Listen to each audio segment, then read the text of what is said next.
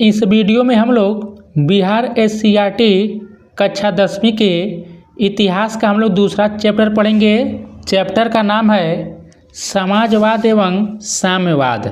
इससे पहले हम लोग पहला चैप्टर पढ़ चुके हैं। यदि आप लोग नहीं पढ़े और पढ़ना चाहते हैं तो आप लोगों को सभी वीडियो चैनल के प्लेलिस्ट में मिल जाएगा, वहाँ से लोग जाकर देख लीजिएगा।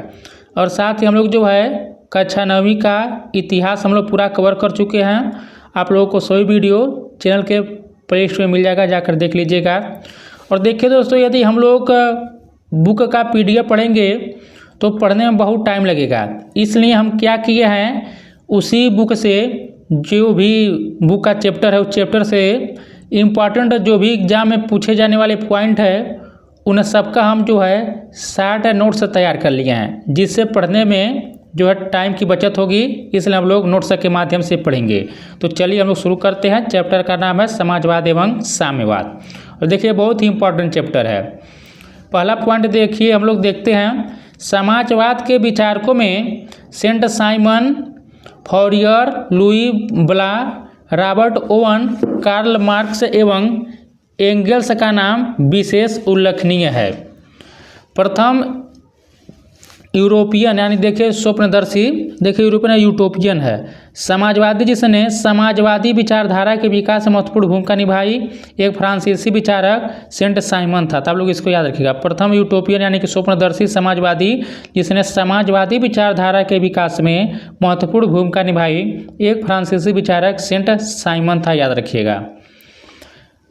फ्रांसीसी यूटोपियन चिंतकों में एकमात्र व्यक्ति जिसने राजनीति में भी हिस्सा लिया लुई ब्ला था, भी याद रखिएगा। तो फ्रांसीसी यूटोपियन चिंतकों में एकमात्र व्यक्ति जिसने राजनीति में भी हिस्सा लिया लुई ब्ला था। देखिए दोस्तों, यदि आप लोग बीपीएससी टीआरई 4 की तैयारी कर रहे हैं तो आप लोगों के लिए बहुत ही इम्पॉर्टेंट एससीईआरटी पढ़ना है। इसलिए आप लोग इसको ध्यान से पढ़िए, क्योंकि एग्जाम जितने भी प्रश्न पूछे जा रहे हैं एससीईआरटी एनसीईआरटी से ही पूछे जा रहे हैं। अगला पॉइंट देखते हैं, लिखा कि फ्रांस से बाहर सबसे महत्वपूर्ण यूटोपियन चिंतक ब्रिटिश उद्योगपति रॉबर्ट ओवन था। फ्रांस के बाहर उसने स्कॉटलैंड के न्यू लूनार्क नामक स्थान पर एक फैक्ट्री की स्थापना की थी। कार्ल मार्क्स के बारे में हम लोग जान लेते हैं। 1818 से 1833 तक। मार्क्स का जन्म 5 मई 1818 को जर्मनी में राइन प्रांत के ट्रियर नगर में एक यहूदी परिवार में हुआ था। कार्ल मार्क्स के पिता हेनरिक मार्क्स एक प्रसिद्ध वकील थे, जिन्होंने बाद में चलकर ईसाई धर्म ग्रहण कर लिया। दोस्तों आप लोग इसके राइटिंग पर मत जाइएगा, क्योंकि जैसे मान लीजिए कक्षा 10वीं का जो पूरा बुक है उन सभी बुक से जो नोट्स तैयार किया गया केवल 4-5 घंटे में तैयार किया गया है। यदि आप लोग कहेंगे तो मैं आप लोगों को टाइप करा कर नोट्स प्रोवाइड करा दूंगा, इसलिए आप लोग नोट्स पर मत जाइएगा राइटिंग पर। और इसको आप लोग ध्यान से पढ़िए, मैं खुद एक्सप्लेन कर दे रहा हूँ। मार्क्स बोन विश्वविद्यालय में विधि की शिक्षा ग्रहण की, परंतु 1836 में वे बर्लिन विश्वविद्यालय चले आए। मार्क्स हीगल के विचारों से प्रभावित था। देखिए एग्जाम में पूछा गया प्रश्न है कि मार्क्स किसके विचारों से प्रभावित था, तो देखिए हीगल के। 1843 में उसने बचपन की मित्र जैनी से विवाह किया। उसने राजनीतिक एवं सामाजिक इतिहास पर मॉन्टेस्क्यू तथा रूसो के विचारों का गहन अध्ययन किया था। तो राजनीति एवं सामाजिक इतिहास पर मॉन्टेस्क्यू तथा रूसो के विचारों का गहन अध्ययन किया था। मार्क्स का मित्र 1844 में फ्रेडरिक एंगल्स बना। मार्क्स ने एंगल्स के साथ मिलकर 1848 ईस्वी में एक साम्यवादी घोषणा पत्र प्रकाशित किया, जिसे आधुनिक समाजवाद का जनक कहा जाता है। याद रखिएगा आप लोग। मार्क्स ने 1867 ईस्वी में दास कैपिटल, देखिए बहुत बार पूछा जाता है कि दास, ये देखिए विभिन्न एग्जाम में प्रश्न पूछा गया कि दास कैपिटल जो है किसका पुस्तक है, तो कार्ल मार्क्स का है। तो यहाँ पर देखिए लिखा है कि मार्क्स ने 1867 ईस्वी में दास कैपिटल नामक पुस्तक की रचना की, जिसे समाजवादियों की बाइबल कहा जाता है। याद रखिएगा, एग्जाम पूछ लेगा कि समाजवादियों की बाइबल किसे कहा जाता है, तो दास कैपिटल पुस्तक को कहा जाता है। अब लोग मार्क्स के सिद्धांत पढ़ लेते हैं। द्वंद्वात्मक भौतिकवादी का सिद्धांत, वर्ग संघर्ष का सिद्धांत, इतिहास की भौतिकवादी व्याख्या, मूल्य एवं अतिरिक्त मूल्य का सिद्धांत, राज्यहीन व वर्गहीन समाज की स्थापना।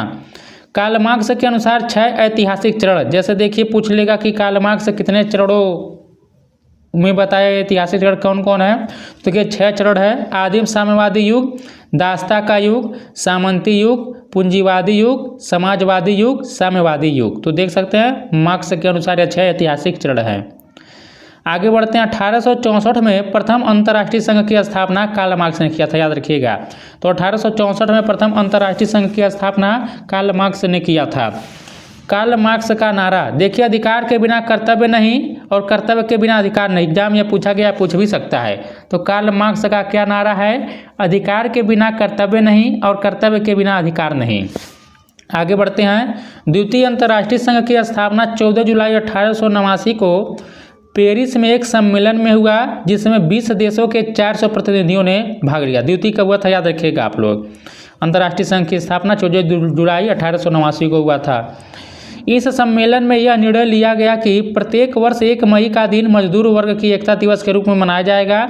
मजदूरों के लिए 8 घंटे के कार्य दिवस इसका अंतर्राष्ट्रीय सचिवालय, देखिए यह तय किया गया था कि मजदूरों के लिए 8 घंटे काम करेंगे।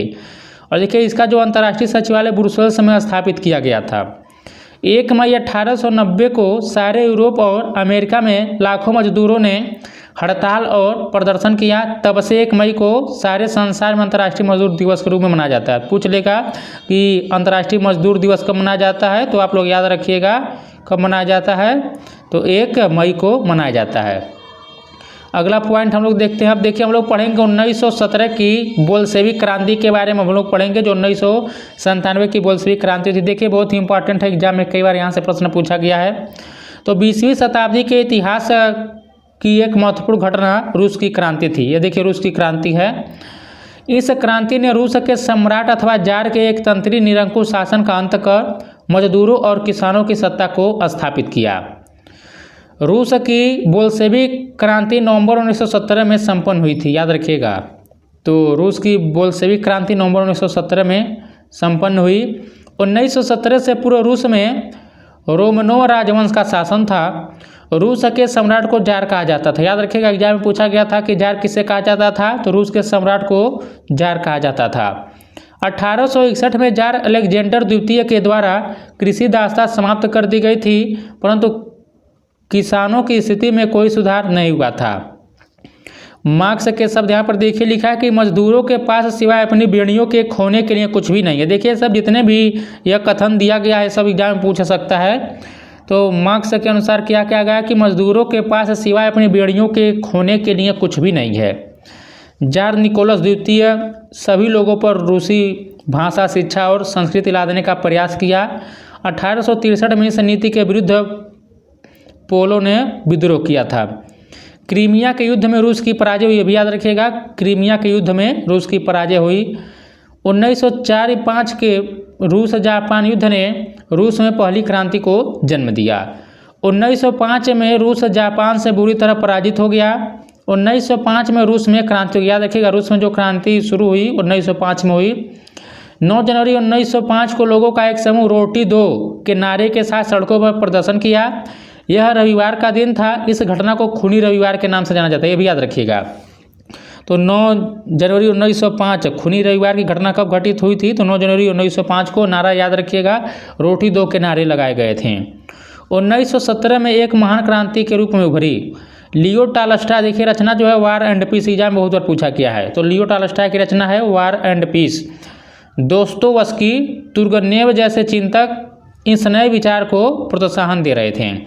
सर्वहारा वर्ग, देखिए कौन थे सर्वहारा वर्ग के लोग? समाज का वैसा वर्ग जिसमें किसान, मजदूर एवं आम गरीब लोग शामिल हैं, यही सर्वहारा वर्ग हैं। 1898 ईस्वी में रशियन सोशल डेमोक्रेटिक पार्टी की स्थापना, याद रखिएगा इस ऑप्शन।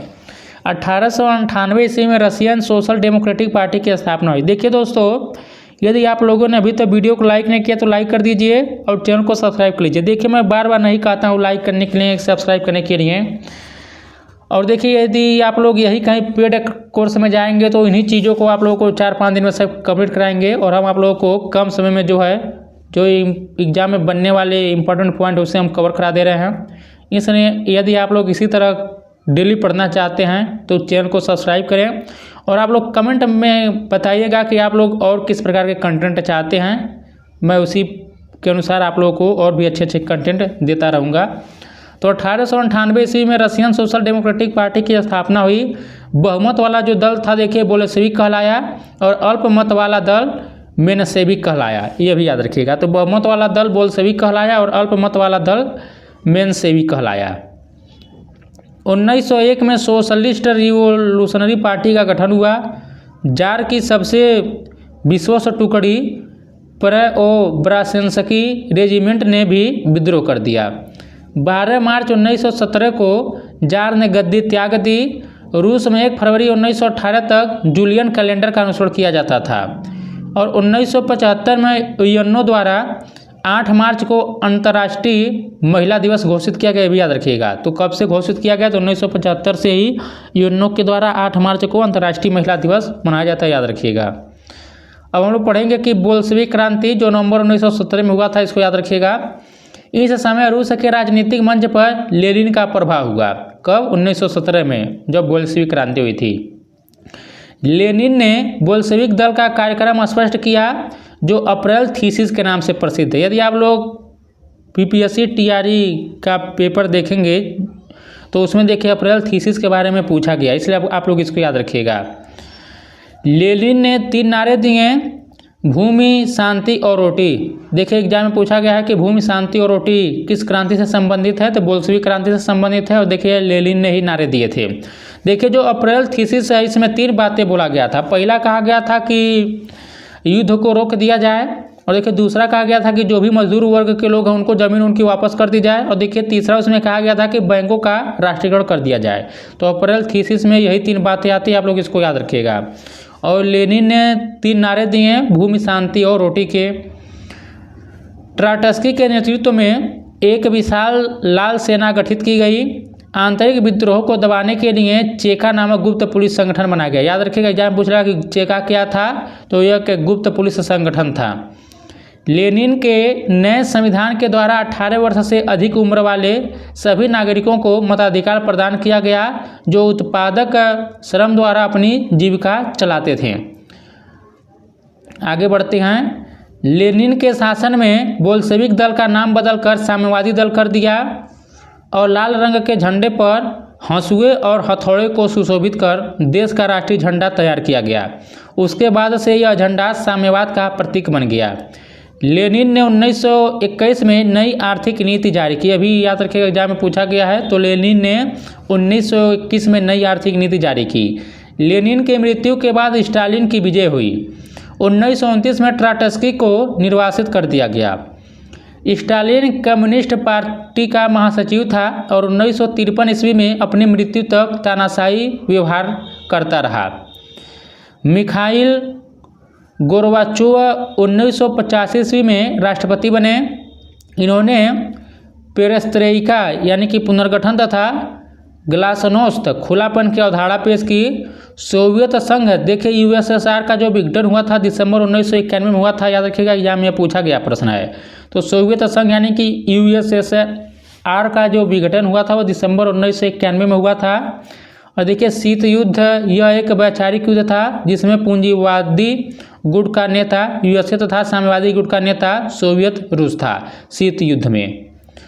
तो देखिए हम लोग इतना ही कम टाइम में जो है इस चैप्टर को कवर कर लिए हैं। यदि हम लोग बुक से पढ़ते हैं तो देखिए बुक पढ़ने में अभी 2-3 घंटा लग जाता, जिससे बहुत अधिक टाइम लॉस हो जाता। और देखिए हम लोगों को कोई मैट्रिक का एग्ज़ाम नहीं देना है कि हम लोग बुक पढ़कर जाएंगे, हम लोग वही पढ़ेंगे जो एग्ज़ाम में पूछा जाएगा। क्योंकि हम लोग जैसे आप लोग जो है TRE 4 वाले हैं तो वही पढ़ा जाएगा जो एग्ज़ाम में पूछा जाएगा। इसने पूरा बुक न पढ़ने की बजाय जो इम्पोर्टेंट पॉइंट है उसे पढ़िए, जिससे टाइम की बचत होगी। तो हम लोग मिलेंगे अगले चैप्टर में, तब तक के लिए नमस्कार, जय हिंद, जय भारत।